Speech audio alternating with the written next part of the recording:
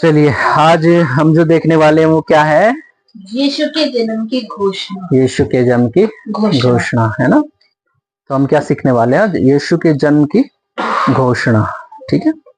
और देखिए, आजकल जो हम सीख रहे हैं ना वो स्तंभों के विषय में है ना। मैंने आपको बताया था कि सुसमाचार एक प्रकार के क्या है? स्तंभ है, जिसमें यीशु मसीह को हमने इब्रानियों में दिखाया था कि वो क्या है? पर्दे के समान है ना। इब्रानियों की पुस्तक में हमने क्या पढ़ा था कि यीशु मसीह वो पर्दा है पवित्र स्थान का, प्राणों का बलिदान देकर हमारे लिए महापवित्र स्थान में जाने का मार्ग तैयार कर दिया है ना। इसने हमारे लिए पवित्र स्थान खोल दिया है ना। तो परमेश्वर का धन्यवाद हो। आज जो हम देखेंगे वो है यीशु के जन्म की घोषणा है ना। हम क्या देखेंगे?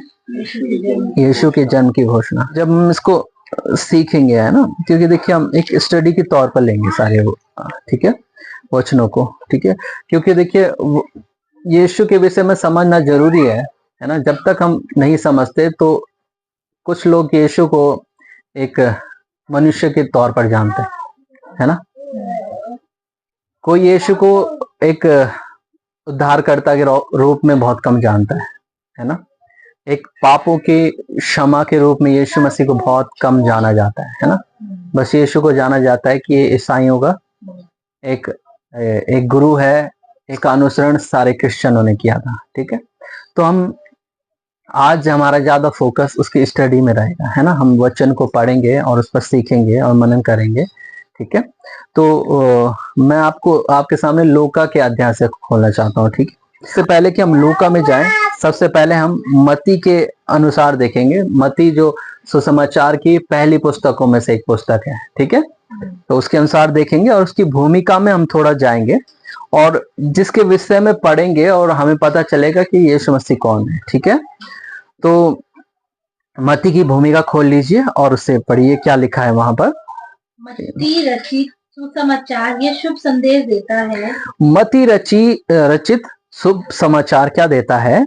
यह शुभ संदेश देता है कि यीशु मसीह ही वह उद्धार करता है, कि यीशु मसीह ही वो उद्धार करता है जिसके आने की भविष्यवाणी की गई है। ठीक है, अब मत्ती क्या बताता है कि यीशु मसीह ही वो उद्धार करता है जिसके आने के विषय में भविष्यवाणी की गई थी। इसका मतलब यीशु के विषय में भविष्यवाणियां की गई थी। यीशु दुनिया में ऐसे ही नहीं आ गया है ना। जैसे लोग समझते हैं कि यीशु बस एक आम मनुष्य था, वो आम मनुष्य नहीं था। अगर उसके विषय में भविष्यवाणी की जा रही है तो वो क्या नहीं है? आम नहीं है ना। तो इसलिए लिखा है कि मत्ती रचित जो सुसमाचार है वो यह शुभ समाचार, यह शुभ संदेश देता है कि यीशु मसीह ही वह उद्धार करता है जिसके आने की भविष्यवाणी की गई थी है ना। और आगे क्या लिखा है? परमेश्वर ने पुराना नियम में हजारों साल पहले अपने लोगों से की गई वाचा को उसी उद्धारकर्ता के द्वारा पूरा किया। ठीक है, अब ये बताता है कि परमेश्वर ने पुराना नियम में, ठीक है, कौन से नियम में? पुराना नियम में। अब जो लोग नहीं जानते वो जान ले कि बाइबल दो हिस्सों में बटी हुई है। एक ओल्ड टेस्टामेंट जिसे पुराना नियम कहा जाता है, दूसरा न्यू टेस्टामेंट जिसे नया नियम कहा जाता है। अब ये जो बात यीशु मसीह के विषय में कही गई थी ये पुराना नियम में थी और यहाँ पर लिखा गया कि परमेश्वर ने पुराने नियम में हजारों साल पहले अपने लोगों से की गई वाचा को उसी उद्धारकर्ता के द्वारा पूरा किया। हालेलुया, है ना। तो यीशु मसीह जो है वो एक उद्धार करता है और जिस प्रॉमिस को परमेश्वर ने किया था है ना अपने लोगों के लिए, इजराइलियों के लिए, ठीक है, वो यीशु मसीह के द्वारा ही पूरा होना था। अब मैथ्यू जो है, जो नया नियम का लेखक है, जिसने न्यू टेस्टामेंट लिखा है, न्यू टेस्टामेंट की पहली पुस्तक लिखी गई है, वो ये बात बताता है कि यीशु मसीह वो उद्धार करता है जिसकी वाचा परमेश्वर ने पुराना नियम में कई सालों पहले बांधी थी। ठीक है, तो परमेश्वर का धन्यवाद हो। और यह लिखता है कि यह शुभ संदेश केवल यहूदी लोगों के लिए ही नहीं है। नहीं है। ये शुभ संदेश किसके लिए नहीं है? यहूदी लोगों के लिए। केवल यहूदी लोगों के लिए नहीं था। लेकिन क्या लिखा गया है? जिनमें यीशु पैदा हुआ, जिनमें यीशु पैदा हुआ और पाला पोसा गया, परंतु सारे संसार के लिए है। हालेलुया, है ना? परंतु क्या है ये? सारे संसार के लिए है ना? बोलिए यीशु का जन्म सारे संसार के लिए। ठीक है, इसका मतलब जो कुछ भी यीशु ने किया होगा, ठीक है, जो कुछ भी यीशु मसीह ने किया होगा बाइबल में, वो केवल यहूदियों के लिए नहीं किया, लेकिन पूरे संसार के लिए किया। हालेलुया, आमीन, हालेलुया। जो भी यीशु ने किया वो केवल किसके लिए नहीं किया? यहूदियों के लिए नहीं किया, केवल इजराइलियों के लिए नहीं किया, लेकिन उसका बलिदान भी पूरे संसार के लिए हुआ है। हालेलुया, ठीक है। अब हम आते हैं उसके the announcement of the birth of Jesus. ठीक है, हम यीशु की जन्म की घोषणा की तरफ आते हैं।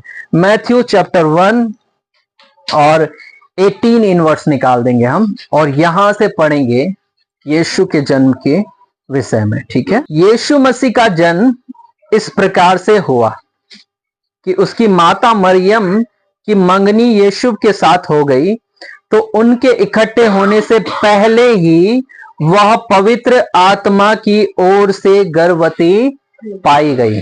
ठीक है, उनके इकट्ठे होने से पहले ही। देखिए, अब ये शब्द यहां पर क्यों आया गया होगा कि उनके इकट्ठे होने से पहले ही। ठीक है, ये सुसमाचार क्लियर करना चाहता है कि यीशु मसीह के आने में किसी मनुष्य का योगदान नहीं है। हालेलुया, है ना? वो साफ साफ क्लियर करना चाहता है। वो कहता है कि यीशु मसीह का जो जन्म हुआ वो इस प्रकार से हुआ कि जब उसकी माता मरियम की मंगनी यीशु के साथ हो गई, है ना, तो साफ साफ उल्लेख किया गया घटनाओं का, है ना। यहां पर मैरिज नहीं लिखा गया है, यहां पर क्या लिखा गया है? मंगनी। ठीक है, और यहां पर साफ साफ लिखा गया उनके इकट्ठा होने से पहले। अब मैं आपको यहूदियों का कल्चर बता दूं, है ना, वहां पर पहले लड़का लड़की नहीं मिल सकते थे, नो डेटिंग। ठीक है, वहां पर कोई डेटिंग नहीं होती थी। ठीक है, वहां पर डायरेक्ट क्या होता था? विवाह होता था और उनकी मंगनी बस तय हो जाती थी। ठीक है, तो इसीलिए क्या लिखता है? उनके इकट्ठे होने से पहले ही वो क्या थी? पवित्र आत्मा की ओर से गर्भवती पाई गई। वो पहले से ही ये योजना बनाई गई, और लिखा गया है कि अतः उसके पति यूसुफ ने, जो धर्मी था, उसे बदनाम करना नहीं चाहता था, उसे चुपके से त्याग देने का विचार किया। जब वह इन बातों के सोच ही में था, प्रभु का स्वर्गदूत उसे स्वप्न में दिखाई देकर कहने लगा, हे यूसुफ, दाऊद की संतान, तू अपनी पत्नी मरियम को अपने यहां ले जाने से मत डर। ठीक है, क्या कहता है? हे यूसुफ, हाँ, दाऊद की संतान, तू अपनी पत्नी मरियम को अपने यहाँ ले आने से मत डर। हाँ, क्योंकि जो उसके गर्भ में है वह पवित्र आत्मा की ओर से है। ठीक है, अब जो उसके गर्भ में है वो किसकी ओर से है? पवित्र आत्मा की ओर से है। ठीक है, तो जब यूसुफ धर्मी था और वो उसे बदनाम नहीं करना चाहता था, इसलिए वो क्या कर रहा था? चुपके से उसे त्यागने की कोशिश कर रहा था, है ना। उसे क्या कर रहा था? चुपके से त्यागने की कोशिश कर रहा था। और इतने में स्वर्गदूत उसके सपने में आया। ठीक है, कौन आता है उसके सपने में? स्वर्गदूत आता है और उसे क्लियर करता है, उसे कहता है कि यूसुफ दाऊद की संतान। ठीक है, इसका मतलब यह है कि जैसे भविष्यवाणी की पुस्तक में आया था कि दाऊद के घराने से वो उद्धार करता जन्मेगा। यूसुफ कौन से घराने से था? यीशु मसीह का पिता दाऊद के घराने से। Hallelujah, hallelujah. अब जैसा हमने भूमिका में पढ़ा कि उसके विषय में जो भविष्यवाणी की गई थी वो कैसी थी, है ना? पुराना नियम से जो परमेश्वर ने अपने लोगों से वाचा बांधी थी उसके समय से थी। ठीक है। अब ये भविष्यवाणी कहां से हुई, है ना? ये दाऊद के वंशजों में से एक व्यक्ति था जिसका नाम यूसुफ था। ठीक है। अब उस वंशज में से क्या हो रहा है? यीशु मसीह आया। हालेलुया, है ना? जैसा यशाया की पुस्तक में लिखा गया है ना, कि मैं दाऊद के घराने की कुंजी उसके कंधों पर रखूंगा, वो बंद करेगा, उसे कोई खोल ना पाएगा। आपको पता है कि यीशु के कंधों पर कोई कुंजी दिखाई दी आपको पूरी बाइबल में, जब हम नया टेस्टमेंट पढ़ते हैं, है ना? लेकिन यीशु के कंधों पर आपको क्रूस दिखाया गया होगा। हालेलुया। और जो उसने क्रूस पर बंद किया वो हमेशा के लिए बंद हो चुका। हालेलुया। और जो उसने खोला वो हमेशा के लिए खुल चुका है ना? तो यीशु ने सारे संसार के लिए क्या खोली है? संपूर्ण रीति से आशीष है, संपूर्ण रीति से छुटकारा। हालेलुया। पापों से क्षमा। ये हम पर निर्भर करता है कि हम उसे ग्रहण करते हैं या नहीं करते। ठीक है। सुसमाचार संपूर्ण संसार के लिए, संसार पर निर्भर करता है कि वो सुसमाचार की पुस्तक को ग्रहण करे या ना करे। ठीक है। अब आगे हम पढ़ेंगे तो ये लिखा था कि क्या दाऊद की संतान तो अपनी पत्नी मरियम को अपने यहां ले जाने से मत डर क्योंकि, ठीक है, मत डर क्योंकि आगे क्या लिखा गया है? क्योंकि जो उसके घर में है, जो उसके घर में है तो पवित्र आत्मा की ओर से है, वह पवित्र आत्मा की ओर से है। वो साफ साफ कहता है कि जो उसके घर में है वो कौन है? पवित्र आत्मा की ओर से है ना? अब लिखा गया है वह पुत्र जनेगी, तो उसका नाम क्या रखना? यीशु रखना, क्योंकि वह अपने लोगों का क्या करेगा? उनके पापों से उद्धार करेगा। हालेलुया। ठीक है। अब साफ साफ यीशु के विषय में ये लिखा गया है। ठीक है। देखिए, यीशु के संदेश को जब बताया जाता है ना, तब पूरी रीति से जगत में एक्सपोज नहीं किया जाता, उसे खोला नहीं जाता, है ना? लेकिन जब वो आया तो किस तरीके से आ रहा है ना? मत्ती रचित सुसमाचार उसे एक छुटकारे के अभिषेक में प्रकट कर रहा है। वो कहता है कि वह अपने लोगों का उनके पापों से क्या करेगा? उद्धार करेगा। ठीक है। जब ये शब्द आता है उद्धार, तो मैंने आपको पहले ही बताया, आप हमारी पुरानी वीडियोस में देख सकते हैं, है ना? जहां पर साफ साफ लिखा गया है कि वो वर्ड उद्धार क्या है? सोजो या सोटेरियो है। ठीक है। और सोटेरियो का मतलब होता है हर एक रीति से छुटकारा, चंगाई। ठीक है। पापों की क्षमा, देह की चंगाई, और हर एक श्रापों और जीवन की हर एक समस्याओं से छुटकारा। ठीक है। न केवल इस जीवन के लिए, लेकिन क्या अनंत जीवन के लिए भी उद्धार शब्द प्रकट किया जाता है। हालेलुया। तो वो क्या करेगा? ऐसा ही करेगा। पूरी मानव जाति को जो उस पर विश्वास करेगा, वो न केवल क्या करेगा, इस दुनिया में ही आशीष देगा, लेकिन इस दुनिया के बाद जो एक और दुनिया है उसमें भी परमेश्वर क्या करेगा? सबको आशीष प्रदान करेगा। हालेलुया। है ना? वो कहता है कि उनके पापों से उनका उद्धार करेगा। सबसे बड़ी समस्या पता क्या है मनुष्य के जीवन में? है ना? कोई भी व्यक्ति पाप का डिनाई नहीं कर सकता। ठीक है। कोई भी व्यक्ति क्या नहीं कर सकता? पाप का इनकार नहीं कर सकता। ठीक है।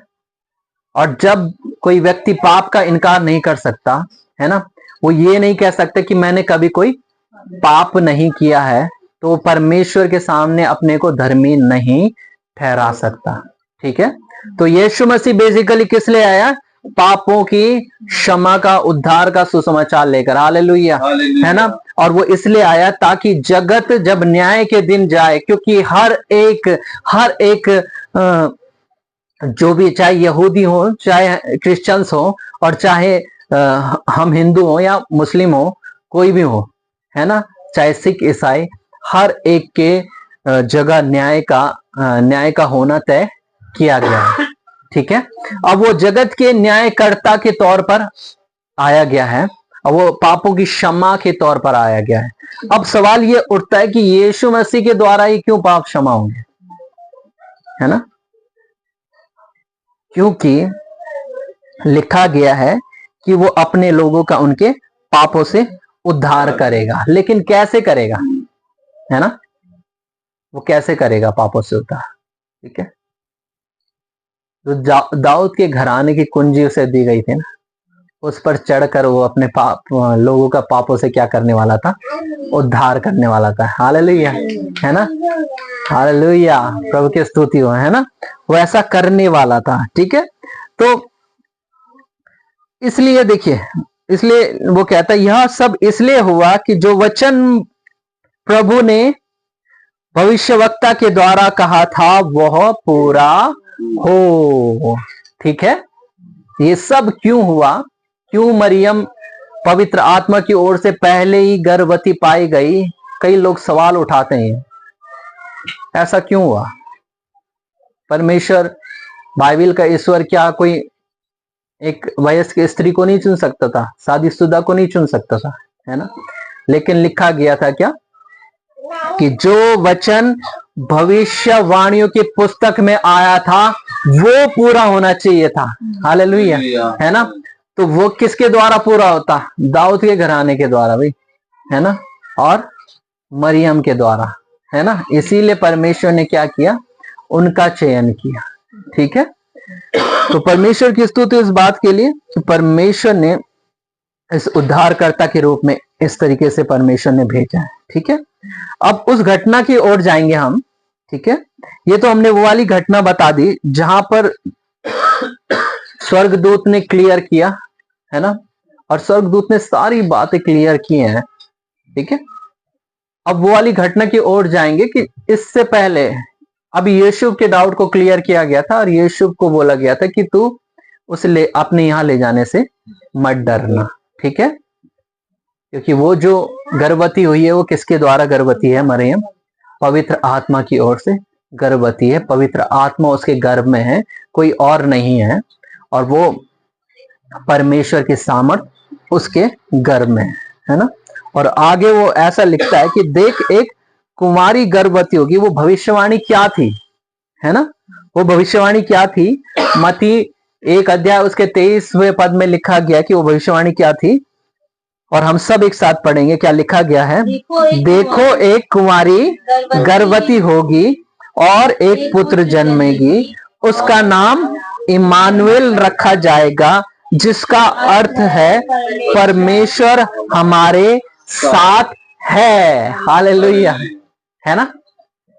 भविष्यवाणी ये की गई थी, ठीक है, कि क्या उसका नाम इमानुएल रखना, जिसका अर्थ क्या है? परमेश्वर हमारे साथ है। जिसका अर्थ क्या है? परमेश्वर हमारे साथ है ना? और परमेश्वर का धन्यवाद हो। ठीक है, यदि कोई इस बात को सच नहीं जानता तो यशाया भविष्यवक्ता की पुस्तक पढ़ ले, यहूदियों के धर्मशास्त्र से, है ना? यशाया भविष्यवक्ता की पुस्तक पढ़े और उसके 7 अध्याय और 24वें पद को पढ़े, है ना? और वहां पर आप लोगों को पता लग जाएगा कि ये कौन है, यीशु मसीह। ठीक है, अब देखिए यहां पर तो लिखा गया इमानुएल, है ना? लेकिन उसका नाम तो यीशु रखा गया, है ना? यहां पर क्या लिखा गया? इमानुएल। और वहां पर क्या? यीशु लिखा गया। ठीक है, अब देखो यीशु उसका नाम किसने रखा? ठीक है, आगे मत्ती 1 और उसके 24वें पद 25वें पद में हम पढ़ते हैं, तब यूसुफ नींद से जागकर प्रभु के दूत की आज्ञा के अनुसार अपनी पत्नी को अपने यहां ले गया। ठीक है, यूसुफ ने क्या किया? प्रभु के दूत के स्वप्न में दर्शन देने के अनुसार क्या किया? वो अपनी पत्नी को अपने यहां ले आया, और जब तक वह पुत्र न जनी तब तक वह उसके पास ना गया, जब तक उसने क्या नहीं किया, पुत्र को जन्म नहीं दिया, है ना, जन्म नहीं दिया, तब तक क्या उसके पास ना गया। और उसने उसका नाम क्या रखा, यीशु रखा। ठीक है, तो उसका नाम इसलिए यीशु पड़ा, ठीक है, कि यूसुफ ने उसका नाम क्या रखा, यीशु रखा। ठीक है, और केवल ऐसा ही नहीं था, उसने यीशु क्यों रखा उसका नाम, कोई तो बात होगी कि यूसुफ ने उसका नाम यीशु रख दिया, वहां इमानुएल लिखा गया है, यहाँ पे यीशु लिखा गया है, ऐसे क्यों, इसका मतलब क्या करा, क्या उसने स्वर्गदूत की आज्ञा टाली यूसुफ ने, है ना। देखिए, जैसा कि मैंने आपको बताया कि ये 4 सुसमाचार क्या हैं, 4 स्तंभ हैं, ये 4 बीम्स हैं। अगर आप इसको चारों तरीके से पढ़ेंगे तब आपको क्लियर होगी सारी बातें। ठीक है, अब लूका के अध्याय में आ जाते हैं और लूका एक अध्याय निकालेंगे हम, और इसके 31वें पद को पढ़ लेंगे कि ऐसा क्यों हुआ था कि उसका नाम यीशु रखा गया। ठीक है, देख तू गर्भवती होगी, लिखा है कि देख तू क्या होगी, गर्भवती होगी, क्या होगी, गर्भवती होगी। अब ये बात कौन कह रहा है, परमेश्वर नहीं, स्वर्गदूत कह रहा है। किससे कह रहा है, मरियम से। ठीक है, मत्ती के पाठ में हम ना मरियम वाला कन्वर्सेशन नहीं पाते हैं, है ना।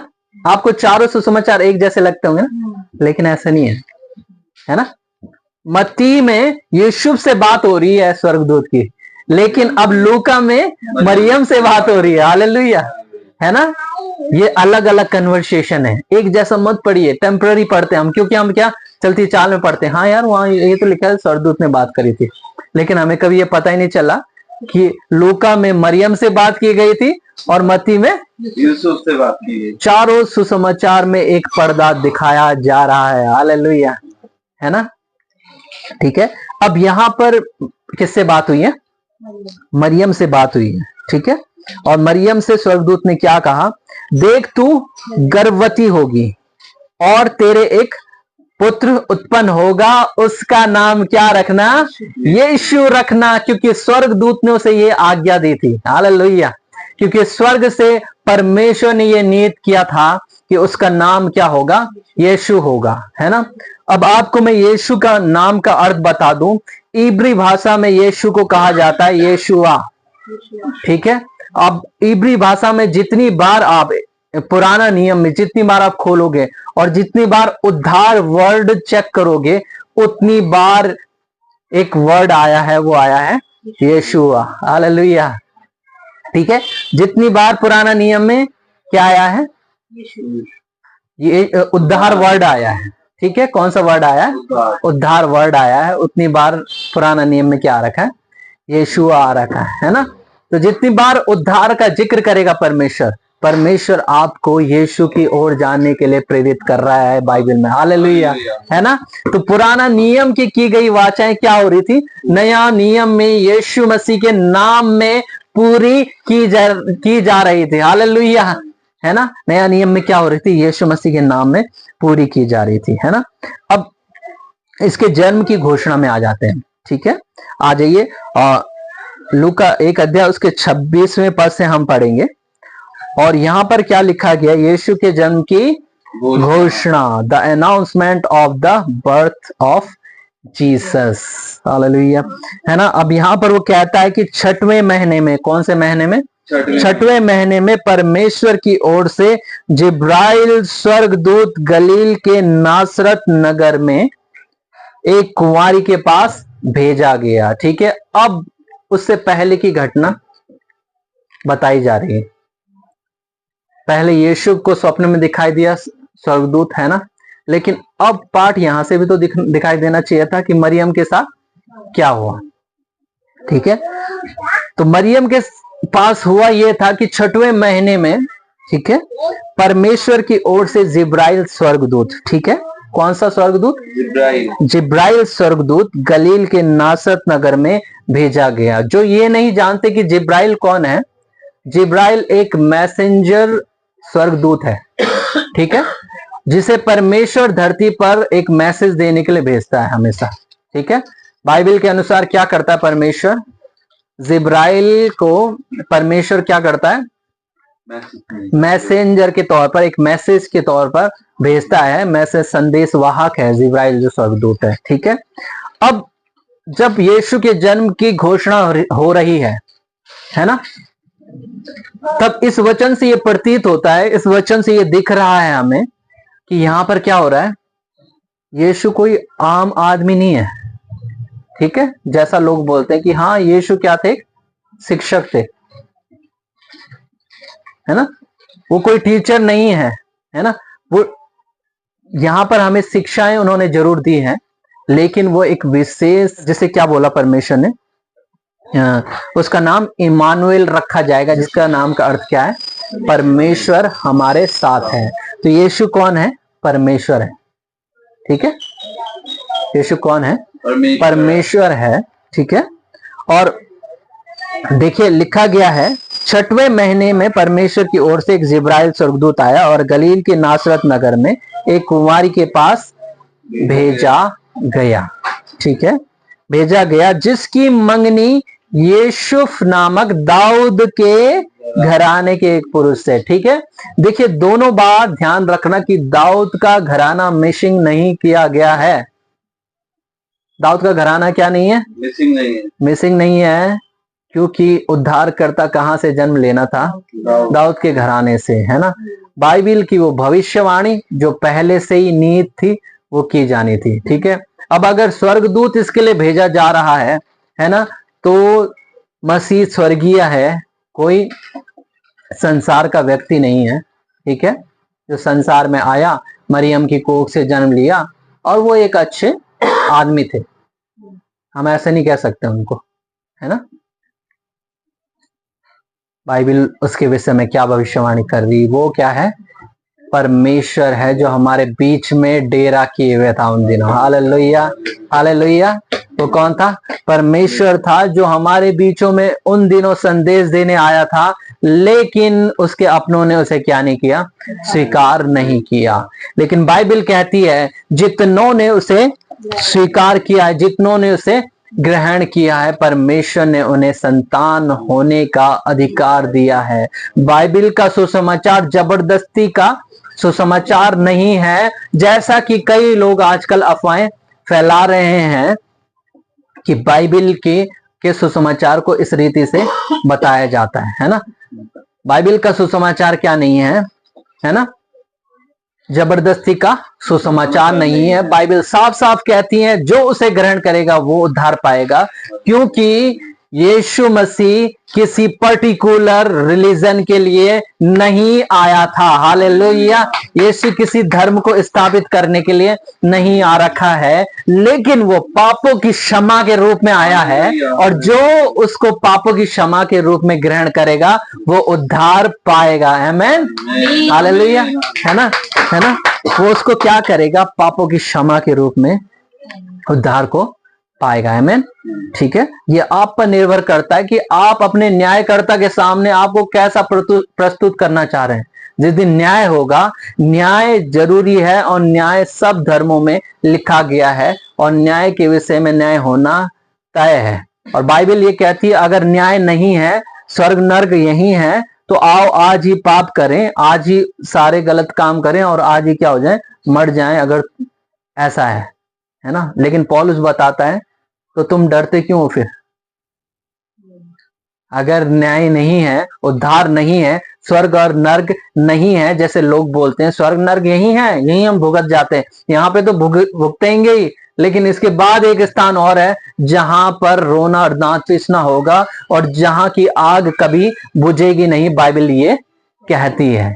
और इसीलिए पापों की क्षमा के रूप में हमें एक जरूरत है उद्धार करता है, जो सारे संसार के लिए आया। हालेलुया, है ना।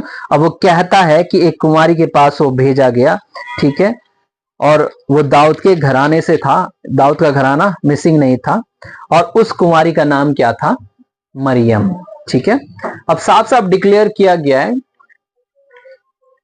वो कोई और मरियम नहीं थी जो मत्ती में बताई गई है, और वो कोई और यूसुफ नहीं था, क्योंकि यहाँ पर साफ साफ बताया जा रहा है क्लियरली कि दाऊद के घराने से जो यूसुफ था वही मरियम जो मत्ती में लिखी गई थी वही मरियम क्या है यहाँ पर दिखाई जा रही है। ठीक है, अब लिखा गया है स्वर्गदूत ने उसके पास भीतर आकर कहा। ठीक है, स्वर्गदूत ने क्या कहा? उसके पास भीतर आकर कहा, क्या कहा?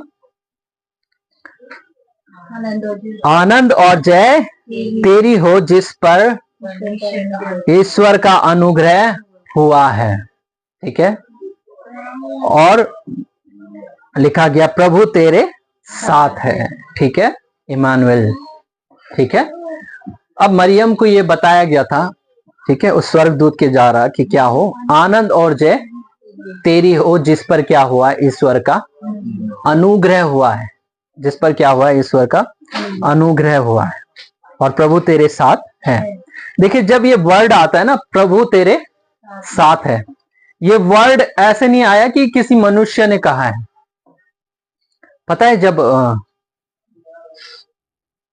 मैं अपनी बेटी को खिलाता हूं ना, और जब ये डर जाती है तो मैं इसे गले लगाता हूँ और कहता हूँ आई एम विद यू, है ना।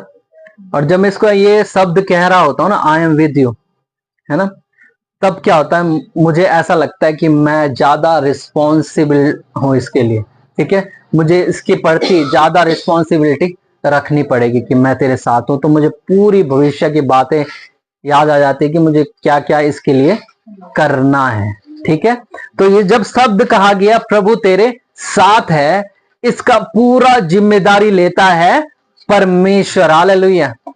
ठीक है, आपके हर एक बातों की जिम्मेदारी किसने ली है? परमेश्वर ने ली है। और जब ये शब्द कहा गया था प्रभु तेरे साथ है, तो केवल ऐसा ही नहीं हुआ था कि स्वर्गदूत आया और संदेश देकर चला गया, लेकिन हम मत्ती की किताब में पढ़ रहे हैं कि स्वर्गदूत ने फिर किसको दर्शन दिया था? यूसुफ को दर्शन दिया था, क्योंकि परमेश्वर के साथ था और उसके लिए सारे काम, उसके लिए कन्वेंस करना किसी को। ठीक है, देखिए, जब आप बाइबल के सुसमाचार को ग्रहण करेंगे ना, परमेश्वर गुप्त तरीके से किसी को कन्वेंस भी करेगा आपके लिए। हालेलुया। ऐसा नहीं कि आप अकेले छूट गए हो। ठीक है, लेकिन क्या करेगा परमेश्वर? अपने दूतों को भेजकर किसी न किसी के हृदय को आपके लिए कन्वेंस करेगा कि आपको प्रभु के राज्य के लिए स्वीकार किया जाए। हालेलुया, है ना। परमेश्वर का धन्यवाद इस बात के लिए। और वो कहता है, देखिए, इसलिए वो कहता है कि प्रभु तेरे साथ है। और जब ये शब्द कहा जाता है प्रभु तेरे साथ है, इसका मतलब परमेश्वर की रिस्पॉन्सिबिलिटी और बढ़ जाती है। ठीक है, और इसीलिए उसने क्या कहा, मरियम को कहा स्वर्गदूत ने, है ना। ठीक है, परमेश्वर तेरे साथ है। और मत्ती की किताब में यूसुफ को फिर उसी स्वर्गदूत ने समझाया। ठीक है, यूसुफ को फिर उसी स्वर्गदूत ने समझाया। ठीक है, क्योंकि ऐसा होता कि उसे चुना जाता और बाकी की कंडीशंस के लिए उसको लड़ने के लिए छोड़ दिया जाता, तो परमेश्वर का सुसमाचार थोड़ी था ये, है ना। लेकिन पर मरियम को कुछ भी फेस ना करना पड़े, इसलिए स्वर्गदूत ने क्या कहा कि तू जा, उस बेटी को उठा के ला, उसको अपने घर रख, क्योंकि प्रभु की आत्मा की ओर से वो क्या है, गर्भवती है, उसको लज्जित मत होने देना। और यूसुफ ने वो काम किया। हालेलुया, है ना। परमेश्वर जिस वाचा को बांधता है ना, उससे मुकरता नहीं है कभी। ठीक है, तो बाइबल में हजारों साल पहले एक वाचा बांधी गई इजरायलियों के द्वारा, और परमेश्वर उस वाचा से मुकर नहीं रहा है। ठीक है, और आप बाइबल की हर एक घटनाओं को पूरा होता हुआ देख रहे होंगे। आप इजराइल के युद्ध में आज देख रहे होंगे, तो मैं देखता हूं कई न्यूज चैनल में इजराइल की पुरानी घटनाएं दिखाई जाती है ना। वो इसलिए है क्योंकि बाइबल की कोई भी भविष्यवाणी अधूरी नहीं रही है ना। हर एक भविष्यवाणी पूरी हुई है उसकी, है ना। अब देखिए, लिखा है कि स्वर्गदूत ने उससे कहा, हे मरियम, भयभीत न हो, क्योंकि परमेश्वर का अनुग्रह तुझ पर हुआ है। देखिए, मैं आपको एक बात बताता हूं, जितनों के पास यीशु मसीह का सुसमाचार आया है, उन सब पर परमेश्वर का अनुग्रह हुआ है। हालेलुया। ठीक है, जितनों के पास परमेश्वर का सुसमाचार आया है, प्रभु यीशु मसीह का, और जितने लोग उस पर विश्वास करने लग गए हैं, उन सब पर परमेश्वर का अनुग्रह हुआ है। देखिए, मरियम के पास भी इसी रीति से भेजा गया था, और स्वर्गदूत ने जब उसके पास कहा था तो लिखा है कि मरियम भयभीत ना हो, क्योंकि परमेश्वर का अनुग्रह तुझ पर हुआ है। मैं आपको बताऊं कि यीशु का जन्म भय मुक्ति का सुसमाचार है। ठीक है, वो हर एक डर को भगाना चाहता है आपकी लाइफ से। ठीक है, हर एक डर को। ठीक है, वो चाहे कैसी भी बात का डर हो।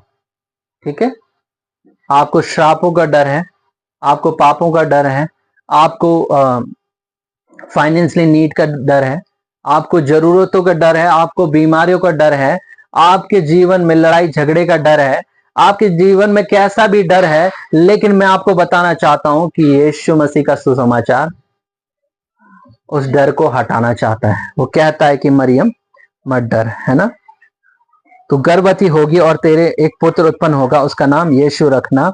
वह महान होगा, परम प्रधान का पुत्र कहलाएगा। ठीक है, ऐसा क्यों हुआ? क्योंकि लिखा है कि स्वर्गदूत ने उससे कहा, हे मरियम भयभीत न हो, क्योंकि परमेश्वर का अनुग्रह तुझ पर हुआ है। ठीक है, देख तू गर्भवती होगी और तेरा एक पुत्र उत्पन्न होगा, उसका नाम क्या रखना? है ना, यीशु रखना। ठीक है, साफ साफ बता दिया गया। अब वो ये बात क्लियर हो गई थी हमारी पहले ही कि क्या स्वर्गदूत ने उसे कहा था कि उसका नाम क्या रखा जाए? यीशु रखा जाए। ठीक है, इमैनुएल भविष्यवाणी की पुस्तक में आया था, लेकिन जब स्वर्गदूत ऊपर से मैसेज लेकर आया, तब परमेश्वर ने स्वर्गदूत से कहा था उसका नाम क्या रखा जाए? यीशु रखा जाए। दोनों के नाम का अर्थ सेम है। ठीक है, दोनों का नाम का अर्थ क्या है? सेम है। ठीक है, वो उद्धार करता यीशु और इमैनुएल। ठीक है, इमैनुएल का अर्थ है परमेश्वर हमारे साथ। ठीक है, यीशु का अर्थ है उद्धार करता। तो दोनों मिलकर क्या हो जाते हैं? उद्धार करता परमेश्वर हमारे साथ है। Hallelujah, hallelujah, hallelujah. ये है प्रकाशन, है ना, कि परमेश्वर ने यीशु और इमानुएल दोनों नाम बाइबल में दिए गए हैं, और दोनों इकट्ठे होकर क्या होते हैं कि क्या? उद्धार करता परमेश्वर हमारे साथ है। Hallelujah, hallelujah. तो यीशु कोई नॉर्मल व्यक्ति नहीं है जिसके विषय में लोग भ्रांति फैलाते हैं, लेकिन यीशु कौन है ना? उद्धार करता परमेश्वर है, जो हमारे साथ यहाँ पर बीच में क्या किया? उसने डेरा किया, है ना, और ताकि वो इसलिए जगत में आया था कि हमें पापों से क्या करे? छुड़ाए। और देखिए, लिखा गया है कि इस सुसमाचार से ना, इस बात से मरियम बहुत क्या हो गई थी? घबरा गई थी। हे मरियम भयभीत ना हो, इसलिए कहा गया था। ठीक है, क्योंकि वो बोलती कि किस प्रकार का अभिवादन है। वह उस वचन से घबरा गई और सोचने लगी कि यह किस प्रकार का अभिवादन है। 29 इन वर्स में लिखा गया है, 1 के 29 में, लूका 1 उसके 29 में लिखा गया है। वह उस वचन से घबरा गई और सोचने लगी कि यह किस प्रकार का अभिवादन है। ठीक है, देखिए, यीशु मसीह को ना अपने जीवन में आने से मत रोकिए। ठीक है, क्योंकि यीशु का जो शुभ संदेश है वो वर्ल्डली नहीं है, वो हेवनली है। ठीक है, वो आपके जीवन में इस संसार की ओर से नहीं आया, लेकिन कब से आया? है ना, स्वर्गीय ओर से आया, है ना। अब 2024 साल हो गए यीशु मसीह को क्रूसित हुए हुए। ठीक है, अब इस 2024 साल में जब उसके प्रचार को कोई नहीं रोक सका, है ना, लोग कहते हैं कि उसके प्रचार को रोक दिया जाए। ठीक है, क्या 2024 साल काफी नहीं थे? 2024 साल, एक साल में किसी भी आदमी की मेमोरी से कोई व्यक्ति मिटा दिया जाता है, लेकिन यीशु मसीह एक ऐसा व्यक्ति है जो मरने के 2024 साल बाद भी लोगों के दिलों में ऐसा ताजा है कि वो मिटाया नहीं जा रहा है। Hallelujah, hallelujah. ये क्यों हो रहा है? क्योंकि उसकी योजना परमेश्वर की ओर से बनाई गई है भाई, है ना। तो 2024 साल से जब उसके सुसमाचार को बढ़ने से कोई नहीं रोक पाया और मसीह लोग बढ़कर इतने ज्यादा हो गए, तो आज कौन उसके सुसमाचार को रोकना चाहता है ना?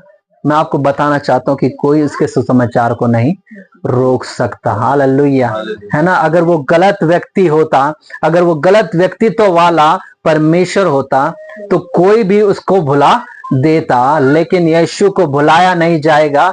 जितना आप प्रेशराइज करोगे, बाइबल के विषय में लिखा गया है ना, ज्यों ज्यों वो उन्हें दुख देते गए त्यों त्यों वो बढ़ते गए। हालेलुया। तो जितने लोग आपको प्रेशराइज करेंगे, जितने लोग आपको दबाव में डालेंगे, उतने मसीह लोग और बढ़ते जाएंगे। ये बाइबल का ट्रुथ है। हालेलुया, हालेलुया, है ना? परमेश्वर का धन्यवाद इस ट्रुथ के लिए, है ना? और वो कहता है ना, लिखा है कि ठीक है, यहां पर एक संदेश आया है कि आनंद और जय उसकी हो जिस पर ईश्वर का क्या हुआ है, अनुग्रह हुआ है ना? देखिए, हमेशा अनुग्रह के संदेश पर केंद्रित रहें, क्योंकि अनुग्रह किसी व्यक्ति के द्वारा नहीं पहुंचाया गया है।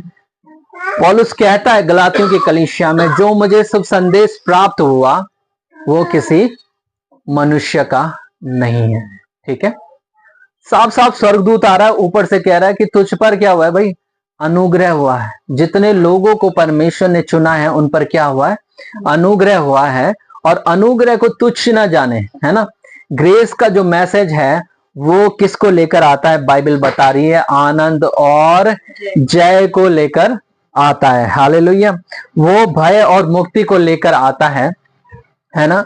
और अनुग्रह जो लेकर आता है वो परमेश्वर के कार्य को आपके जीवन में पूरा करने के लिए आता है, जिस प्रकार मरियम को लेकर आया, है ना? मरियम के जीवन में जिस प्रकार वो सुसमाचार लेकर आया। ठीक है, अनुग्रह ऐसा नहीं है, अनुग्रह वो मैसेज है ना, जो परमेश्वर के काम को आपके जीवन में किए बिना वापस नहीं जाएगा। आमीन, है ना? लेकिन हम पर निर्भर करता है, पता है, कि हम अनुग्रह के शुभ संदेश को स्वीकार करते हैं, रिसीव करते हैं या फिर ठुकराते हैं। क्योंकि लिखा गया है, जब ये सारा कन्वर्सेशन उसके बीच में होता है और स्वर्गदूत से सारी बातें बता देता है ना, इलीसिया के विषय में बताता है और यीशु के विषय में बताता है, सारी चीजें उसे बता देता है। आगे 37वें पद में लिखा है, क्योंकि जो वचन परमेश्वर की ओर से होता है वह प्रभाव रहित नहीं होता। स्वर्गदूत उससे कहता है कि जो वचन परमेश्वर की ओर से है वो प्रभाव रहित नहीं है। ऐसा नहीं होगा कि वो इम्पैक्ट ना डाले आपकी लाइफ में। आमीन, आमीन, हालेलुया, है ना? स्वर्ग का मैसेज आपके जीवन में प्रभाव जरूर छोड़ेगा।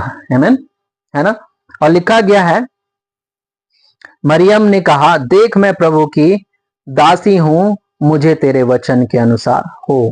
ठीक है, मरियम ने ना फिर एक चीज रिसीव करी, उसने रिसीव किया कि परमेश्वर मेरे जीवन से एक संदेश वाहक के रूप में जन्म लेना चाहता है। और इसीलिए उसने कहा, मरियम क्यों स्त्रियों में धन्य कहलाई? उसने कहा, परमेश्वर तेरी इच्छा ना मेरे जीवन से पूरी होने पाए। आज हम सुसमाचार को ना इस रीति से ठुकरा देते हैं, है ना, कि क्या हम कभी नहीं बोलते कि प्रभु यीशु मसीह तेरी इच्छा हमारे जीवन से पूरी होने पाए। किसी ना किसी उद्देश्य के लिए तो भेजा गया था मरियम को, नहीं तो छोटी सी बच्ची कैसे करती, है ना, कैसे यीशु के संदेश को लाती, है ना? क्योंकि आप जानते हैं उसके बाद लोगों ने क्या किया, है ना? आप जानते हैं कि उसके बाद लोग उनके पीछे पड़ गए थे और यीशु को घात करना चाहा था, है ना? लेकिन वो कहां कहां से दौड़े, वो छोटी बच्ची और उसका पति यीशु। ठीक है, उन्होंने कितना संघर्ष किया है अनुग्रह को बचाने के लिए, सुरक्षित रखने के लिए, है ना, उस स्वर्गीय मैसेज को सुरक्षित रखने के लिए। ठीक है, उनकी ही जो मेहनत थी ना, उसी की वजह से हम लोग क्या हुए, आज उद्धारकर्ता के सुसमाचार को सुन पा रहे हैं और सुना पा रहे हैं। हालेलुया। अगर देखो, कोई भी इतना बर्डन क्यों लेगा अपनी लाइफ में? परमेश्वर, मरियम कह सकती थी ना, मरियम ने क्यों कहा कि आई एम योर सर्वेंट, है ना, प्रभु मैं तेरी दासी हूं, मैं तेरी सेविका हूं। इतने सारे लोग हैं, वो बोलती परमेश्वर इस दुनिया में इतने सारे लोग हैं, आप दाऊद के घराने की कुंजी किसी और को दे दो ना, कोई तो होगा हमारे बाद का जो दाऊद के घराने का होगा, है ना। लेकिन उसने क्या कहा, प्रभु मैं तेरी दासी हूं। ठीक है, ये जरूरी है कि हम मसीहत की सेवा को ना सीरियसली लें थोड़ा सा, है ना। प्रभु के काम को होने दें अपनी लाइफ से, है ना। सेवा के लिए ना रुके। अगर आप परमेश्वर आपके साथ सुसमाचार की सेवकाएं ले रहा है, उसे बढ़ने दीजिए। मैं आज प्रेरित करूंगा आपको, है ना। आप यदि सुसमाचार सुना रहे हैं, आप सुसमाचार सुनाएं। आप चंगाइयों का काम कर रहे हैं, आप चंगाइयों का काम करें। किसी को ना रोके। आज मैं देखता हूं बाइबल में बहुत विरोध है, एक दूसरे के प्रति बहुत विरोध है। कोई चंगाई कर रहा है, देने दो उसे चंगाई भाई, क्योंकि वो प्रभु के उस सुसमाचार के अनुसार कर रहा है जो उसके जीवन में परमेश्वर ने दान दिया है। आप क्यों उसे रोकते हो। कोई भविष्यवाणी कर रहा है, आप उसे रोक रहे हो। कोई कुछ और कर रहा है ना, सुसमाचार बांट रहा है, तुम सुसमाचार बांटते हो उसे रोक दे रहे हो। मैं आपको बताता हूं कि आप अपने पापों की क्षमा रोक रहे हो, है ना। आप उस उद्धार के काम को रोक रहे हो जो नहीं रोका जाना चाहिए। पवित्र आत्मा के काम में बाधा ना डालें, क्योंकि सुसमाचार किसी मनुष्य का नहीं, परमेश्वर का है। हालेलुया। सुसमाचार स्वर्गीय है, जिसके लिए जिब्राइल संदेश वाहक भेजा गया था। और यीशु कोई व्यक्ति नहीं है, लेकिन वो स्वयं ही परमेश्वर था जो हमारे बीचों में होकर जिसने डेरा किया था। और वो बताना चाह रहा था कि परमेश्वर इस दुनिया के साथ रहना कैसा चाहता है। एक पापों की क्षमा के रूप में, एक रोगों से चंगाई कर्ता के रूप में, है ना। एक अच्छा जीवन, आपको खुशहाल जीवन देने के लिए परमेश्वर इस दुनिया में आया है ना।